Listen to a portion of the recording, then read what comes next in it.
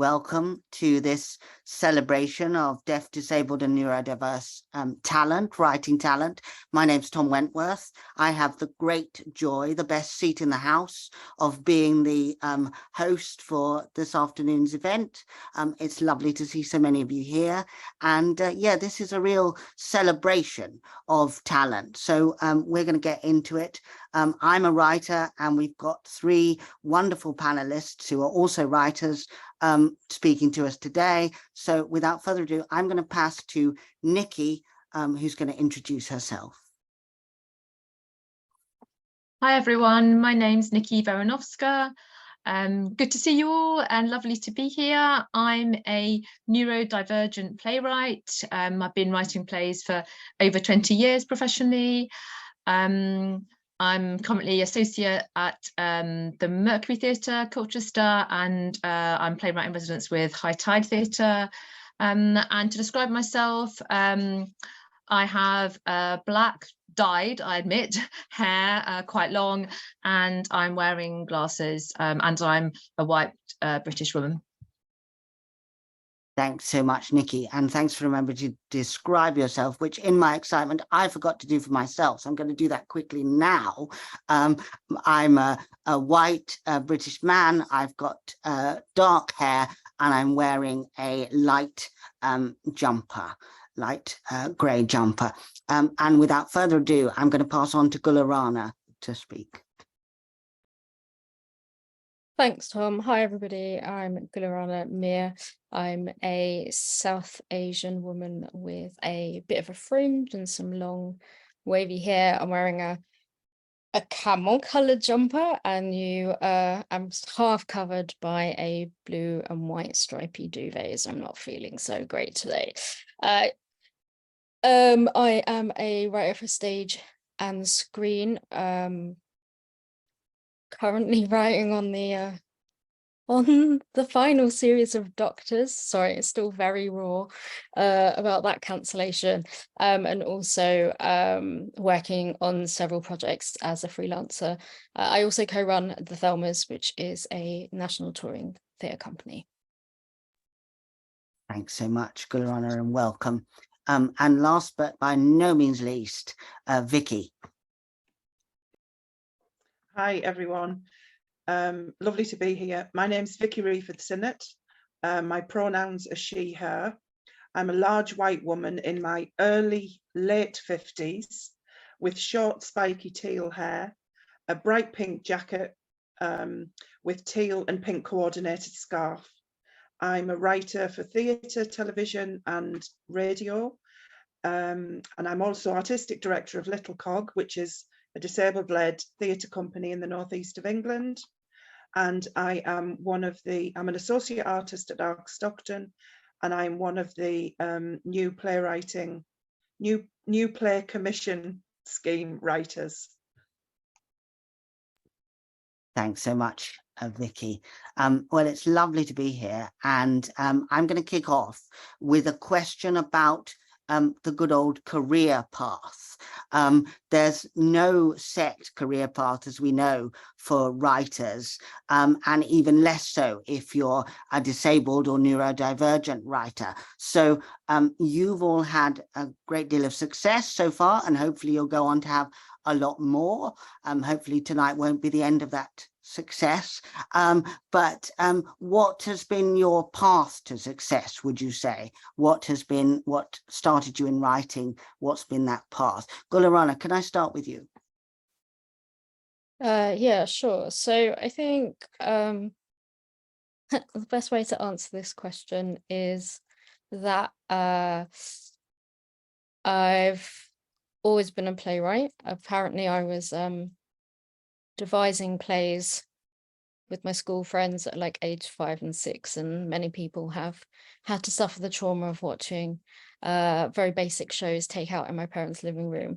I have ADHD. I didn't really know what I wanted to do with my life for quite some time, and I guess success for me as a playwright sort of came in hand with my success as an applied theatre and educational theatre artist. So that's what I trained in, and that's what my day job still is. So I'm lucky enough to have a portfolio career, which means that if I'm not writing professionally, I'm making theatre with young people or community groups. And yeah, I spent a lot of time doing that and inviting other people to indulge and engage with their creativity. And I sort of suppressed my own, in that I thought I was only sort of good enough to do facilitation work or teaching work or mentoring. And it was only sort of until I was given permission to tell the kind of stories that I really wanted to tell that I felt mainstream opportunities weren't allowing me to, that I really sort of like claimed the role of writer for myself. And that wasn't that long ago. I guess it was back in sort of, I think it was 2014, where Madeline Smith, who's the artistic director of the Thelmas, commissioned me to write a short one-woman play. And that sort of did very well, and we developed that into a full-length play, which then got picked up by Oval House of the Thelmas, and Oval House co-produced that, and that was, yeah, in 2018. So I think for me, success came quite late, but then sort of escalated very quickly in the short time between me deciding that, yes, this was something that I was really passionate about, that I'd always been really passionate about it, and that I deserve to give myself the same care, that I gave some of the participants that I worked with in terms of nurturing that creativity. And from that moment to sort of where I've got now, I feel like it's escalated very quickly. I don't know if that answered the question. I was trying to be succinct, but then sometimes when I'm trying to be succinct, I feel like I'd leave out loads of information. No, it absolutely does answer the question. We'll come back to the escalation, but I just wanted to pick up on that idea of permission that I certainly recognize, and yeah, that the continuum between permission and success and confidence, I suppose, that's so key to the writing life. Nikki, I wonder if that resonates with you, and whether that feeds into your own story of success. Sorry, issues with my mute button here, but yeah, totally. And just like you, Tom, that was fascinating, and I identified with the word permission as well. So for me, my path to success, if that's the word, began about 2 decades ago, when I had a very serious breakdown, mental health breakdown, and my dyspraxia, I was 29, was finally diagnosed. And that gave me the confidence to start playwriting. So I'd known for a very long time that was what I wanted to do. And but I felt, yeah, I didn't know who I was, I just knew I didn't engage with the world like other people. But the diagnosis changed my world in a moment and forever. And I joined a local playwrights group at the Mercury Theatre Colchester, where I live and where I'm now associate. And I was lucky enough, and so much of the commissioning process, as we all know, is luck and timing. And I was lucky enough to have my work commissioned within 6 months, and to have a studio play on at the Mercury Theatre as part of the bigger program. So that was how it started for me. And then since then, I've always had work in development or production, or being commissioned for something or other. So I've had a really fortunate and lovely journey. But what strikes me about permission is that although my diagnosis gave me the confidence to follow my journey as a playwright, it didn't give me the confidence to be open about it. I still felt I've got to hide. And I think, when I was diagnosed, female dyspraxia wasn't even a thing. It was still associated with, quote, retarded males. So it was, nobody knew about dyspraxia, and I had to do a lot of finding out for myself. So I felt I couldn't be open about it, and I used to hide it, and that would kind of create difficulties for me. And I know we're going to talk later about how the landscape has changed, but in terms of neurodivergency, I think that is one really positive change, that we are all more aware of neurodivergent artists and neurodivergency generally. Anyway, what I was going to say was, so I gave myself permission to be open about my neurodivergency, to be a neurodivergent playwright, whatever that means. Once I started working with Grey Eye Theatre Company in about 2010, and kind of that was when I just felt encouraged to just celebrate being neurodivergent and not having to hide it, and to be able to ask for the support that I needed and not see that as a weakness or a failing, because that was so inside of me, having lived with an invisible disability without support for 30 years, you know, all that humiliation and fear that I carried. Sorry, am I talking too much, Tom? No, absolutely not. Absolutely not. It's again, I'm just recognizing so much of that. And yeah, it's, I think, in order to, I suppose my question is, and we'll maybe come back to this later, but about how you then, if you're hiding something within yourself, how does that then affect the plays that you're writing, or you feel you're able to write? Do you want me to carry on with that? Yeah. So when I came to Grey, that was the point at which I felt ready to write a play about dyspraxia. So that was what happened, really, and this sort of beautiful synchronicity that sometimes happens in life. I had a dyspraxic friend who set up the Dyspraxic Foundation and set it up for adults. In the past, people thought that neurodiversity just affected children and you grew out of it. And my friend Mary Colley was the founder of the adult group of the Dyspraxia Foundation, and of DANDA, which was one of the first neurodivergent groups that understood neurodivergency as an umbrella term. And she was a lovely friend of mine, and she sadly died. And on her deathbed, she said to me, will you write about dyspraxia now, Nikki? Because she'd been saying to me for years, oh, why don't you write about dyspraxia? And I just didn't want to. But then she asked me that. And that week, just out of the blue, I had a phone call from Grey Eye who said, oh, would you like to come in? I think they'd just heard about my work or something, or I don't know. Would you like to come in and do an R&D exploring dyspraxia? So it was just that sort of beautiful moment. So that was kind of how I started. I've forgotten your question. No, it was just to elaborate on, which you've done beautifully, on all of that. So that's fantastic. Vici, what about your path to success? Is this all resonating with you, or was yours very different? Tell us. Absolutely resonating in a number of ways. I think permission and confidence around identity are really, really key. And I think we probably all have that in common. But just in terms of what my actual, path was, I think before anything came punk for me. So I grew up in the northeast of England, and in a tiny village where there wasn't much access to art and culture. But once punk hit my horizon, it was a way to dress up, to express, and the DIY nature of punk appealed to me hugely, because you could just make it, you could just do it. So I made clothes, I wrote awful poetry, and within punk, disabled punks had a home, and I think there was just something about that time. And I know a few disabled artists who've said that. However, I was lucky enough to do a degree. I did a 4-year degree so my leap from not much contact with the arts at all to a 4-year degree in theatre studies, which included playwriting and directing. There was quite a leap there, but it came because I moved to London and saw some fantastic theatre, which made me think, oh, I can't live without this. However, the playwriting that I did, my tutor and I inhabited completely different worlds. And really, he didn't care much for the things that I wanted to write about. And so it wasn't a brilliant experience, but my experience of directing was great.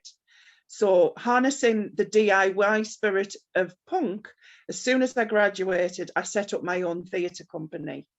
Now, you can set up a theatre company in your bedroom and just say it's a theatre company, and that's what I did. And then from that, I got support, I built around it. I've never been the director of a national portfolio theatre company. And actually now I'm quite relieved, as someone who's neurodivergent with mental health condition and physical conditions, that I'm not part of an NPO. Project funding works for me from an access point of view. I've missed a little bit out in the middle where because I didn't know that I could call myself a writer, I kind of went in the directing route, but I couldn't find plays that spoke to me. And so I started to write them. And I think that's quite a common experience in disability terms, is that we start to write the plays that we can't yet see anywhere. And so, unfortunately, I returned to the Northeast. There wasn't a lot of support for disabled writers. We did have, in my generation, the disability arts forums that were in the regions, and I was lucky enough to become director of one of those for 6 years. So I put my arts career on hold to be an advocate and campaigner. But then 12 years ago, I set up Little Cog. I went back to my DIY, do it yourself, create the opportunities. And really from there, I've built, through project funding, opportunities with partners and with other theatre companies, opportunities to write. And so it's been quite a practical process of actually producing the work as well. And so, yeah, I think that's been an important part of my journey, was the actual setting up of the theatre company. I didn't have access to Grey Eye, for example, or things like that. So, and I'm glad that I did that, because it means that now not just I, but lots of other disabled artists in my region have, there's different platforms and things like that. But confidence and feeling like a bit like an imposter has been an issue. And it's only very, very recently that I've had commissions, I think in the last 3 to 4 years, that I've had commissions by other people to, to make work. And that's a massive vote of confidence. But it wasn't easy, and it wasn't a direct route. No, it never is it? And I'm sure everybody else in the room, like me, has been nodding away like mad to what you've been saying there, Vicky. You've slightly started me on this, so I'm going to come back to you on my next question, because we've sort of talked about it. But I said in the questions that I sent to everybody beforehand, I said I never saw myself on stage or on screen growing up. And who were the role models, Vicky, for you starting out, that started you writing or started you creating? Let's say that, even not even writing, but dreaming and imagining. Who were those role models for you?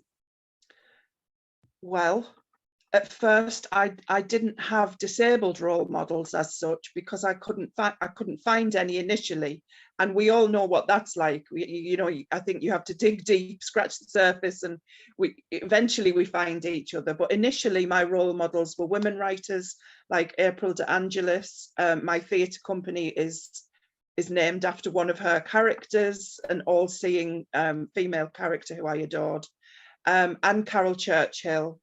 I loved writers like Maya Angelou and Toni Morrison, who told life stories, who told, the stories of their lives and the lives of their communities. And then I was at university with a writer called Joelle Taylor, who's a phenomenal poet, and she was a theatre maker then. And she introduced me to lots and lots of feminist writers, including Angela Carter. And then I actually got a job in Ireland, where I had the great fortune to work with writers at an early stage in their careers, like Rosaline McDonough, who's gone on to amazing things, fantastic disabled playwright. Peter Cairns and Yvonne Lynch were creating theatre and film over there. And then on my strange path, there were writers like Nabil Shaban, whose solo work was incredible. It was explosive, and it was a lot of it was in your face, which was my era, the era that I started theatre.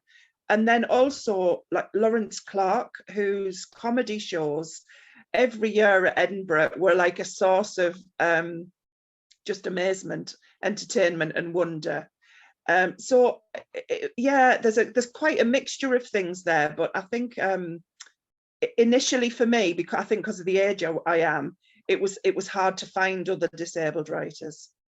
Yeah, absolutely. What a roll call fantastic names. They've sparked such joy for me, those names, and I share many of them, and I'm lucky to call some of them friends. So that's really, particularly Rosaline and Lawrence, and yeah, wonderful. Thank you, Vicky. Guleraana, who inspired you? Who made you want to write? Where did you find those role models, if you did?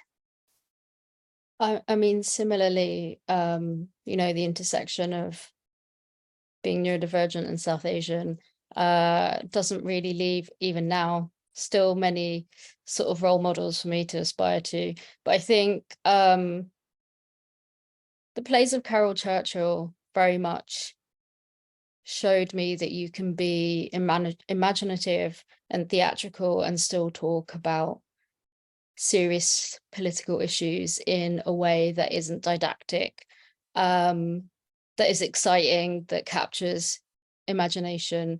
So I think theatrically, Carol Churchill definitely had a massive influence on me. I am one of those ADHDers where reading is a hyper focus. So I always had my head in a book as a child.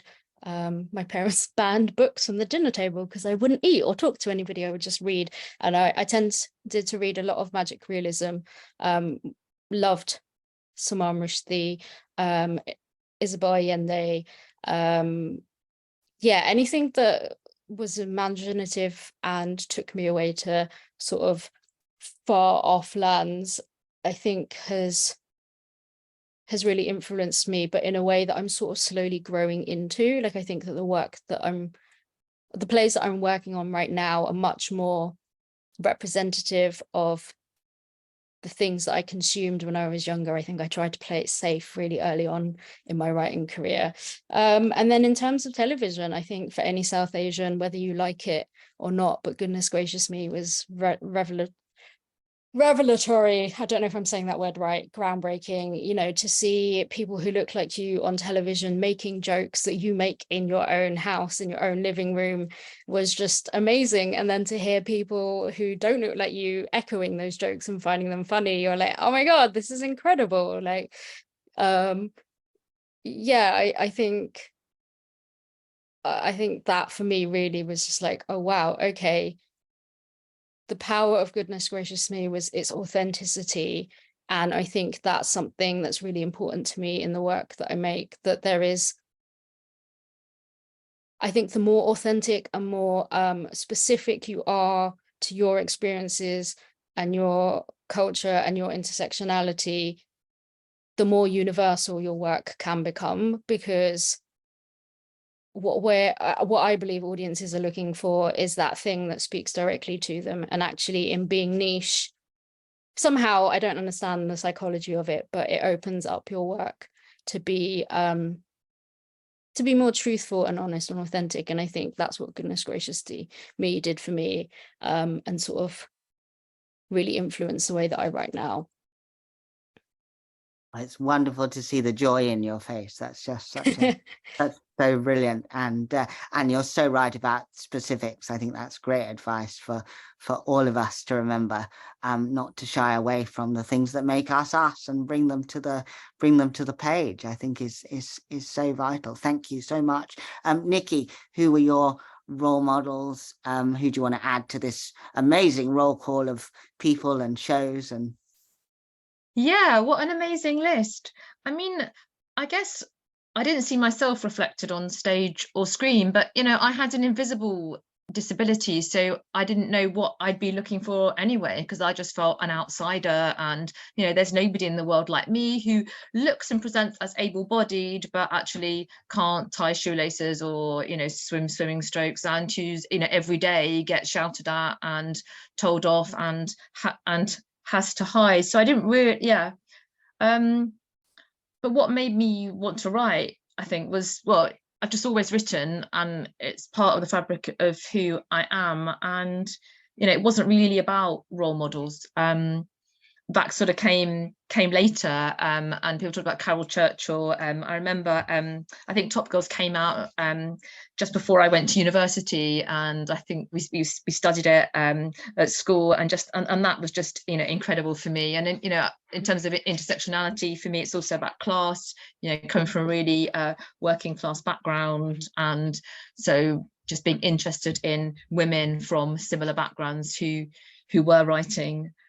I think my role model really was a primary school teacher who was herself a novelist, who told me that one day I could write, and I think I was 9, and just having that in my head that I could be a writer.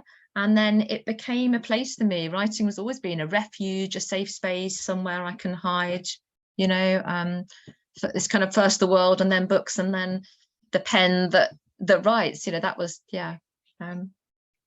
Yeah, sorry, I feel I'm not being very helpful about No, role models, but I felt yeah. incredibly emotional when you said that. Actually, I think a really good teacher is an amazing thing. I wanted to ask, well, first of all, I should say that those of you in the audience, don't forget to pop some questions in the chat, or if you want to add to our roll call of brilliant people, brilliant things, pop your own favorites in. We'd love to compile a list of great people who are role models, and yeah, get that in the chat along with your questions, and I'll try and ask some at the end. My next question, Nikki, to you is how do you think the landscape is changing for disabled, for neurodivergent writers, for good or for bad? And what would you like to happen or be put in place to make it better? Yeah, how's it changing, and how can it be made better or make change? Let's talk about that. I think it's good and bad. I think for neurodivergent writers, the landscape now is so different than when I started. As I said, going back 2 decades, nobody knew what dyspraxia was. The term neurodivergency, I don't think had even been coined. And all of neurodivergent profiles were seen as predominantly male, and no one had kind of got onto the idea that there were female versions of them that manifested themselves differently. So in that sense, in terms of awareness, I think that's great. You know, now there are neurodivergent theatre groups, neurodivergent writers, schemes for disabled and neurodivergent writers.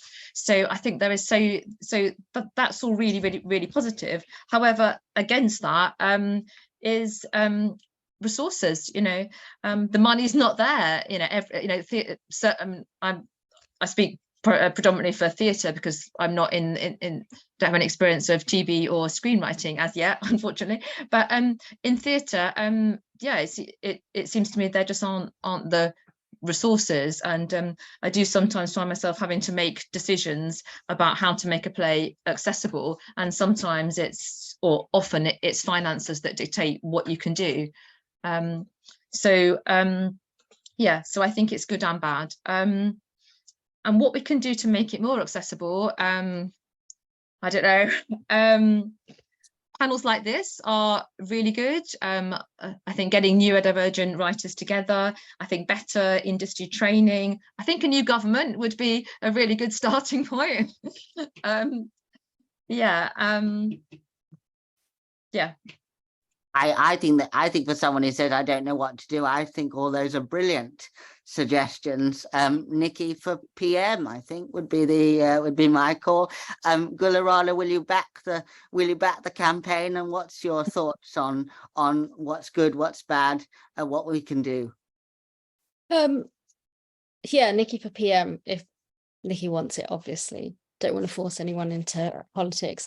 I agree. I think people understand or are aware of neurodivergence a lot more. I mean, I myself was only diagnosed at 38, so I essentially spent most of my life unaware that I had this and another condition, and actually broke into my career unaware.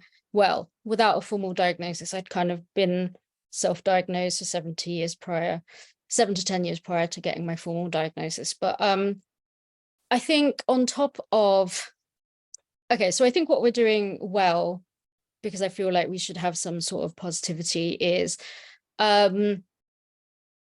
schemes like the Guild's Access Rider, you know, was great in sort of raising awareness for freelance writers. I know that corporations and organizations have had in-house access riders or something along those, a document along those terms for sort of staff writers for a while, but as a freelancer who moves between mediums and organizations who I'm working for, having an access rider that I developed with a support worker has been really instrumental in sort of making sure that, you know, my needs are aware of and at least trying to be met by whoever I'm working for and with, whether that's me sitting at home trying to meet a deadline or being in an R&D in a theatre space. And now when you talk about access riders, people know what you're talking about a lot more. As much as I could complain about the Arts Council England until the cows come home, you can get money from them from a support worker to complete an application. And, you know, that's not just for neurodivergent, that's for any kind of disability. So there are elements of what we need already in the system. It's about how that information is disseminated, who's gatekeeping it, and how at what stage it's offered to artists and writers. Like if it's just at the beginning and then you're on your own, then, you know, that's not particularly helpful. I think where we need to go from here is that, and this is something that I have really realized in the last 2 years, is that ADHD is a blessing and a curse, in that like lots of barriers makes it very difficult for me to live my life, but also is intrinsically a part of who I am. And I would not be, I really think I would not be a writer if I didn't have ADHD, because it just affects the way that I think, it affects my creativity, it boosts my imagination. And that is also the way that I express myself and the way that I write plays and TV shows. And the way that I do that is not in line with traditional dramaturgy or like the Save the Cat style of TV show. I do not write the hero's journey. That is not the way that I want to tell a story, because that's not the way that my brain feels it wants to tell a story, because the things that are important to some people are not important to me. So in short, I think what needs to change is that we need to accept different forms of storytelling. We need to widen our perspective of what is good theatre, what is dramaturgy. It's very Western, it's very hegemonic. And I think that as an industry, in terms of commissioning and programming, we need to accept plays that are different, basically. And whether that's because they're culturally different, because they're written by a global majority writer, or because they are told in a way that isn't the perfect 3-act structure, because the person writing them has a brain that thinks in a different way. Like, I think that it's all the same conversation, in that we need to be more accepting of work that is not the gold star standard. Like I could not, I think if I have to read another how to write a playbook that doesn't reference any of the exceptional work that we've had on the theatres in the last 5 years that aren't by a white man written in the 40s, I will cry. Yeah, I think here for that as well. And I just wanted to ask, as a supplementary question to that, what do you feel, because you write both for stage and for screen, as I do myself, how do you feel the two compare in terms of barriers and differences, and is the theatre doing better than screen? Is screen doing better than theatre? Are they neck and neck? Who's winning the race, Guleraana? Well, I mean, it depends in what terms. Like like I said, I'm writing for doctors, and I have to say that my script editors have been fantastic in accommodating my access needs, and to have like the BBC accept that just feels, you know, I know we give the BBC so much power in like, it's the thing that we're all aspiring to, but to feel accepted, to have my access needs accepted by the BBC feels really lovely. But at the same time, I think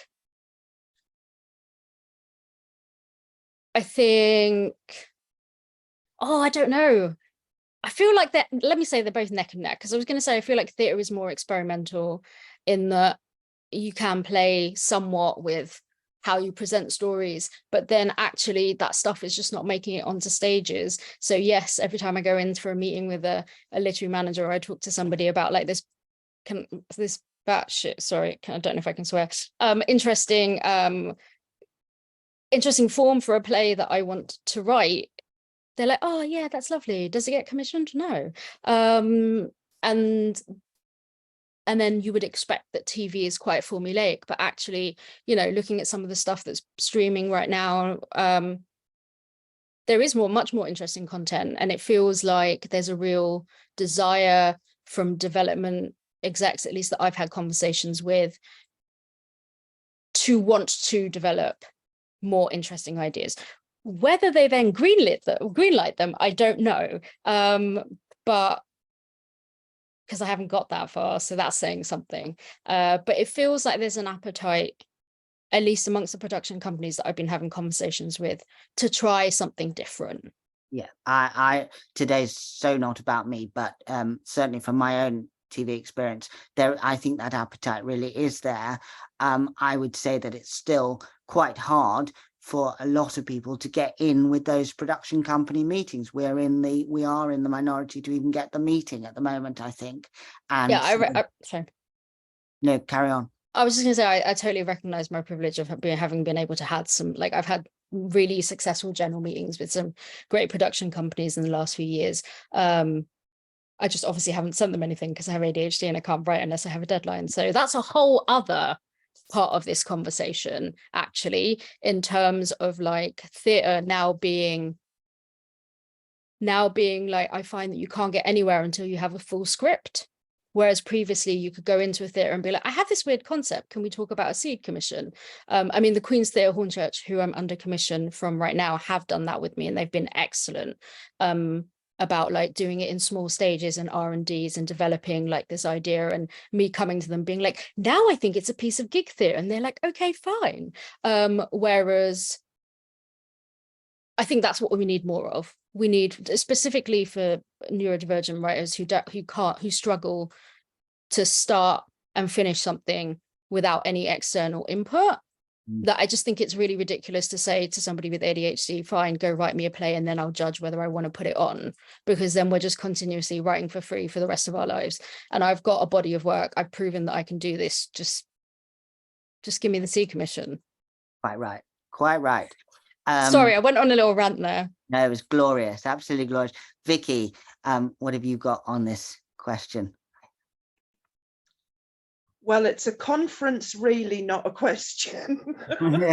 But gosh, because I feel like I've lived through 30 years of change, and I think it's important just to describe the world that I've chosen to inhabit as a political, disabled-led writer. I've come through the disability arts movement. I haven't come through a mainstream. I don't write for the mainstream. I'm kind of very politically driven in the work that I choose to make. So I think there's an ideological consideration to answer this question, and then there are the practicalities. But I do feel that in whatever setting, that we still, like, every new experience still feels like there's a lot of labour on disabled artists to create the understanding. And yes, there's improvements around accessibility, but I think we're not there yet. And I think it's, you know, we're making the change in that we're the generation of writers who are in these spaces. So I think it's, you know, it's just important to say some of that from my own perspective and my own experience. I think there is still a glass ceiling, to use that old cliche, that it's very hard to get through as a disabled writer, no matter what, you know, where we are in our writing. I think in terms of ideologically, I think there's so many misunderstandings remain about disabled people, disabled narratives and protagonists, particularly intersectionally, that we need a kind of some honest conversations in theatre and TV to acknowledge the role that they've played in centuries of ableism. And it's really hard to get producers, commissioners, programmers to fully appreciate, you know, disability as a social and cultural phenomenon, not particular conditions necessarily, although that's an important part of what we write about. So for me, that's really important, that there's significant training and understanding that needs to happen still in television and in theatre and film. And I think it requires a great deal of honesty for the commissioners and programmers to admit that they've been part of what's been missing. But I do fully agree. There is a will for change. I think that there is an openness for the stories of disabled people. I'm particularly interested in writing about disability, as I said. And, you know, it felt like in the pandemic, we were so popular at one level in the arts, like they couldn't get enough of us on panels, and, you know, we were invited to talk about this. There were loads of commissions. If you were making digital work, a lot of that subsided a little bit. But what I've discovered in recent times is that within the commissions that I'm having in the mainstream settings, it's a funny word, mainstream. I think I mean dominant art and culture. Is that there is a plan, there is a formula that's expected. I really struggle with that as a neurodivergent person, as someone with mental health condition who does not think in a linear way. I feel it's really sad that we're hanging on to Aristotle and you know, those kind of structures that feel compact and manageable. And I think that's something that feels safe, if, you know, to programmers and commissioners. If you're talking about disability, then let's package it all off in this, you know, in this traditional formula. But it's brilliant that there are lots of disabled writers who are trying to push form, because I think that's part of the deal when you're working with disabled writers, that we are bringing something completely new. So I think things, you know, going back to the practicals, I think that the will is there in some places, not everywhere. But I also think there's a misunderstanding about the accessible processes that we need to work to.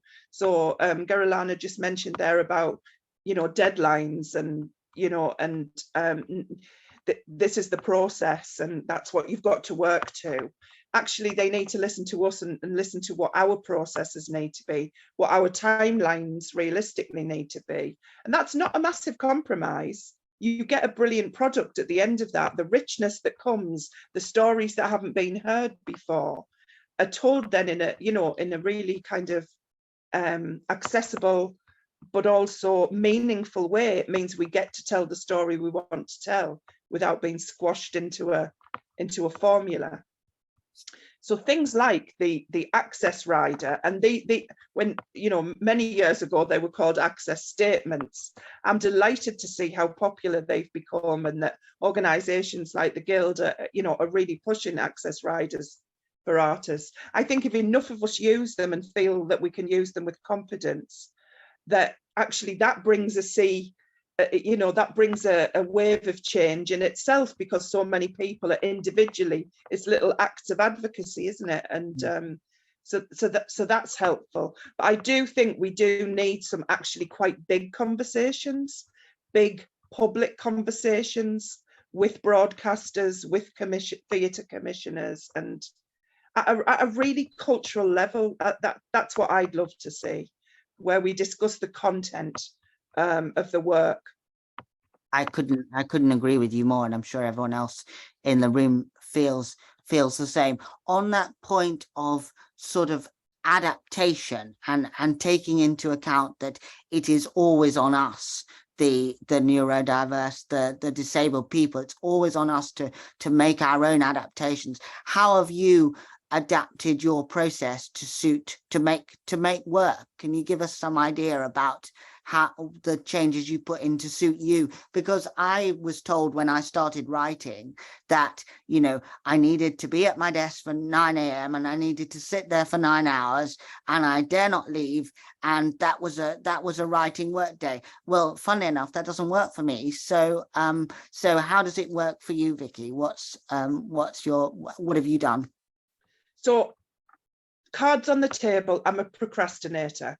My condition makes me a procrastinator. So I work to hard deadlines really well, but in terms of like how many hours I write a day, I don't write every day. I definitely don't write every day. And that's partly because I'm doing a few other things, but I couldn't write every day. I write better in blocks. So that, you know, with specific breaks. I've just discovered this about, you know, about myself. So a really good 4-day block where I could give myself quite long days, but within that, I'd have long rest periods. And that just works for me. That won't work for everyone.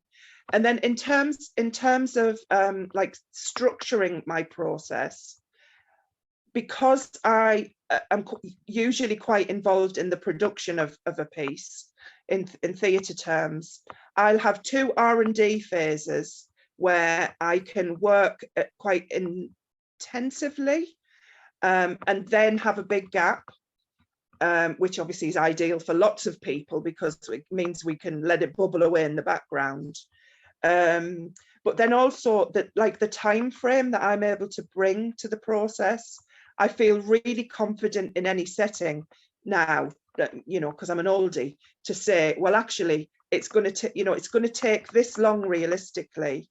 In theatre terms, I can't work to your 3-month deadline and then you want me to rewrite it in a 3-week rehearsal period, you know, to get it on stage. So yeah, I do have to have a much more spaced out time frame, but within which I can have intensive periods of writing. So that's just what works for me. That's really brilliant. That gives me hope. Because yeah, I'm still figuring out my process. Guleraana, are you still figuring out what works for you? Give us some nuggets. I think the problem that I face with men neurodivergent and like the associated sort of like health impacts that they have, so chronic fatigue, is that you have to have a plan and then you have to have a backup plan, basically, because it doesn't take much to knock everything off the schedule or off kilter, and then, you know, everything collapses and then I'm a puddle on the floor being like, oh God, I don't know how to cope, I don't know how to write. But I've really discovered that unless I am in like what I call beast mode or hyper focus, that I'm really only productive for 4 hours a day.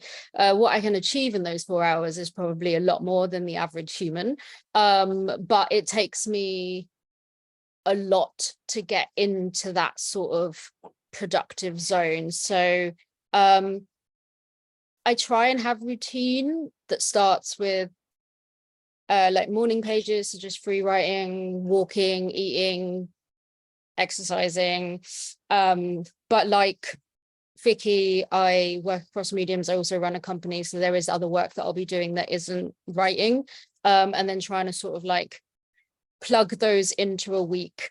It sort of distracts from writing sometimes, but I think the biggest thing that I've learned is my process on like a day-to-day basis is, yeah, always have a backup plan, because if I've gone too hard the day before without planning on it, that I've had to meet a deadline and then I wake up in the morning and I'm exhausted, but I still have like 2 other projects to work on, then it's a case of being like, okay, we're just going to cut ourselves some slack today and maybe only write for an hour and then come back to it. And it's just like really reading how the brain and the body is going. But I think, yeah, similarly to Vicky, like I've realized that in terms of delivering plays and commissions, I work fast, but I need big chunks of time in between it. So having just done the 6-month process at the beginning of the year with Stratford East, where I wrote a play for their young company, like admittedly it was my fault because I let my ambition just, you know, take the lead. Ended up I was commissioned to write a 70-minute play and ended up writing this beast of a 3-act, like 90-minute play for the young company, but in 3 months, bearing in mind it normally takes me about 3 years to write a play. And I found what worked with that was write really intensely, go into session, have the young people read the stuff, get the feedback, let that be in the background. And then basically if I had a deadline for the Friday, I wouldn't start writing the second draft until Monday because I'd want to like that, yeah, cram it in. So it's like I work really quickly, but I need loads of time in between those in-depth working sessions, is how I would summarize it. Sorry, that was just such a lot of bleh. No, it's fantastic, and I just want to pick up on hooray for ambition. Don't apologize for No, don't say that. It's the words having my that. undoing. I'm saying it, and we're recording the session, so it's been said now. Nikki, what about you and your process? What are your thoughts on that? Yeah, I mean, yeah, how long have you got? Process is just such an interesting topic, isn't it? And what I've learned is that everyone has their own individual process, whether you're neurodivergent or not.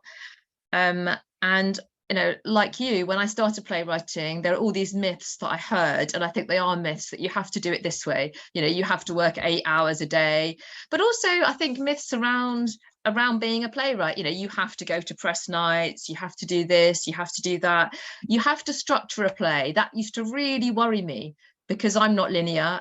So and as well as my dyspraxia, I also have a secondary diagnosis of ADHD and ASD. So I'd find it really hard to write in a linear way. But when I started out, I would always try to do that. I'd think, you know, this is the way you have to do it. And it was only after about 10 years when I started working with Grey Eye and explicitly writing about dyspraxia that I worked out actually, you know, I don't have to do it this way. And to think about what is a dyspraxic process for me, you know, what does that look like? How do I write a play in a way that works for me? And that was really liberating. But, you know, it took me 10 years before I even had the confidence to sort of put myself in that place.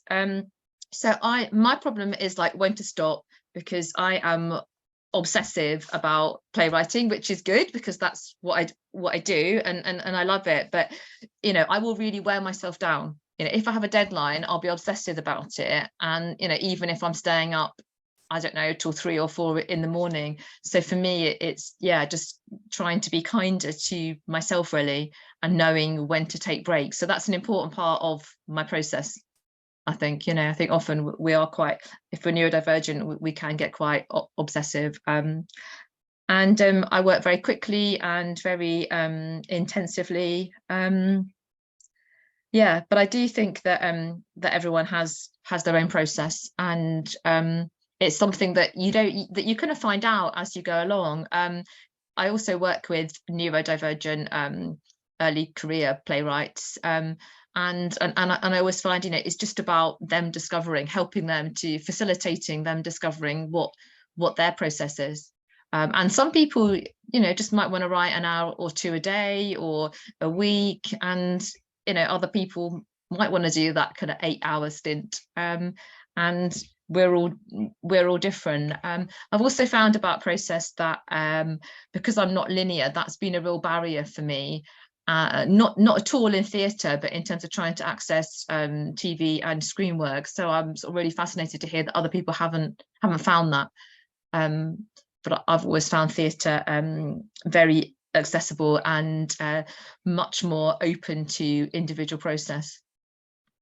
Yeah, I think that's really good to recognize. And I would also add for myself that I feel like as soon as I find a process that works for me, my disability changes.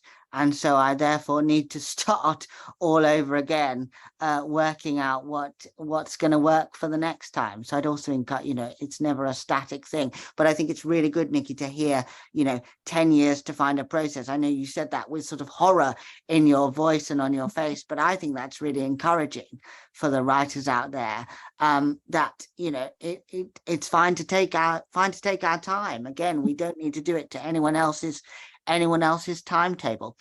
We're very much almost out of time. I can't believe how quickly this has gone. Kate's given me permission to run over a couple of minutes. So I'm going to take that, if everybody's okay with that, just for a couple of seconds.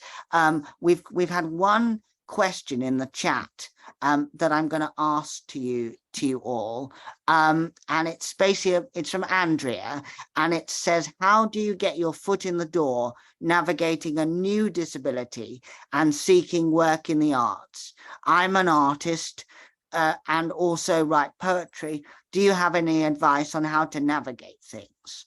Does anyone want to answer that? A new disability and seeking work in the arts. Who'd like to take that one? Anyone?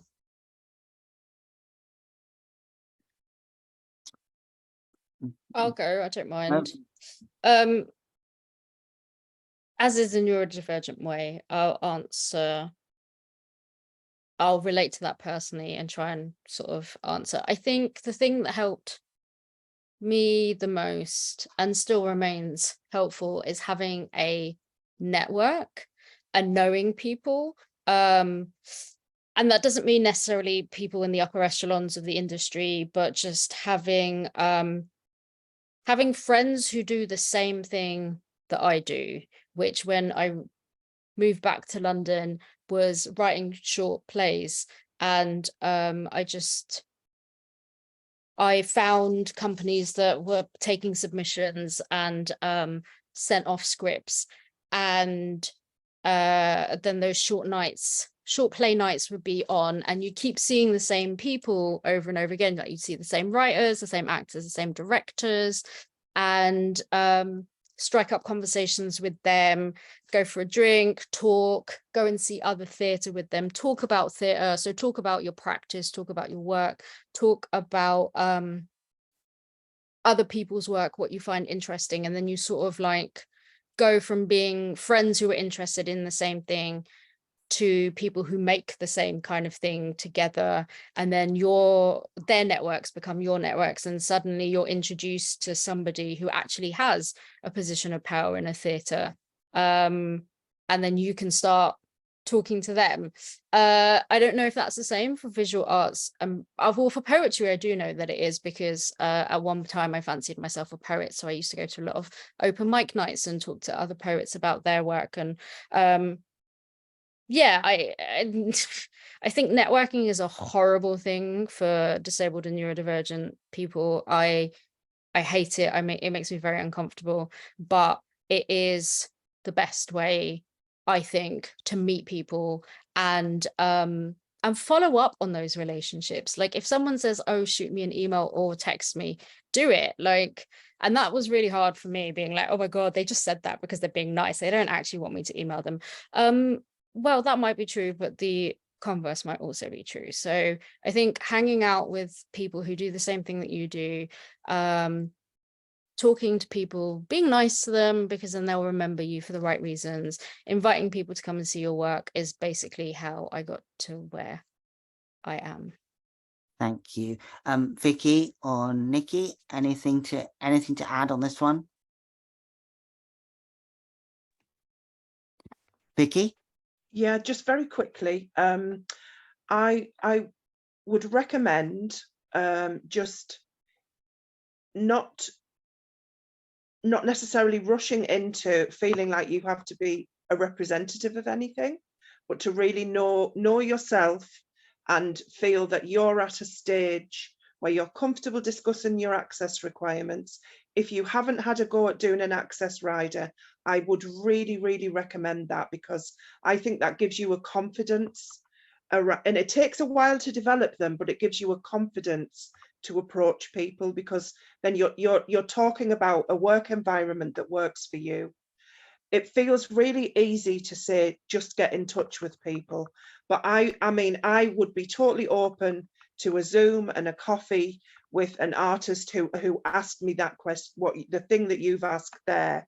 In terms of foot in the door, my feet in the door have been genuinely, I've looked up theatres or art centres. Art centres are really underestimated in the way that they support disabled artists. So actually talking to theatre producers at a local art centre is a brilliant way in. Producers want to know, you know, producers in theatres, it can be hard to get a meeting in really busy London-centred spaces. I'm not sure if you said where you were, but although it's hard to make that leap, I think, you know, just sitting down, choosing some theatres that present the sort of work that you're interested in, so you have an affiliation with them, and just like spotting who their producers are and asking if you can have a half-hour chat with a coffee. That's a brilliant way to just start building relationships. I think that's really great. I'm going to move us on to my final couple of points, which is one, don't forget about the Writers Guild's Access Rider, which is available for free online on the Guild's website. You can go to the website and type in Access Rider, or if you've got any problems with that, email Kate and she will help you to access it. And by having I think the word rider is great because it makes you sound like you're Madonna, which is fabulous. And that's what we all need in our lives. And the other thing to say is this has been a session via the Writers Guild of Great Britain, and we'd love you to join us if you want to. If you're not a member and you'd like to join, then we'd love to have you. It's all welcome to our gang. So there's details of how to do that also in the chat. One final question, because this has been a celebration, and Nikki, I'm going to start with you. Which neurodiverse or disabled artist would you like to give a shout out to, and what are you up to next? Do you know, there are so many neurodivergent writers now. I just feel that I can't isolate one. So I don't think I'm going to give a shout out, if that's okay, but I'm just going to say to you know, everyone, you know, start writing, keep writing. What I'm up to is, well, Tom, you know what I'm up to. My show Ghost Stories, which is a multi-author show, so there are 3 writers and a singer songwriter on the show, is coming to the Globe tomorrow, which is really exciting, to the Sam Wanamaker space for 3 nights. So that's yeah, that's what's next. I cannot wait. Guleraana, are you going to give a shout out to anyone? Come on. I am. Matilda Abini, who is like just one of the most exciting, imaginative writers I've ever had the pleasure of meeting. Matilda and I did Tamasha Playwrights together a very long time ago, and I just think that she has some phenomenal ideas and talks about and writes about disability in a way that is just fun, and she really embodies that idea of theatricality in absolutely everything that she does, even when she's not writing for work on the stage. So please do check out Matilda Abini. And what are you up to next? Where can people find you? Oh my God, my ADHD brain has said yes to too many projects, but I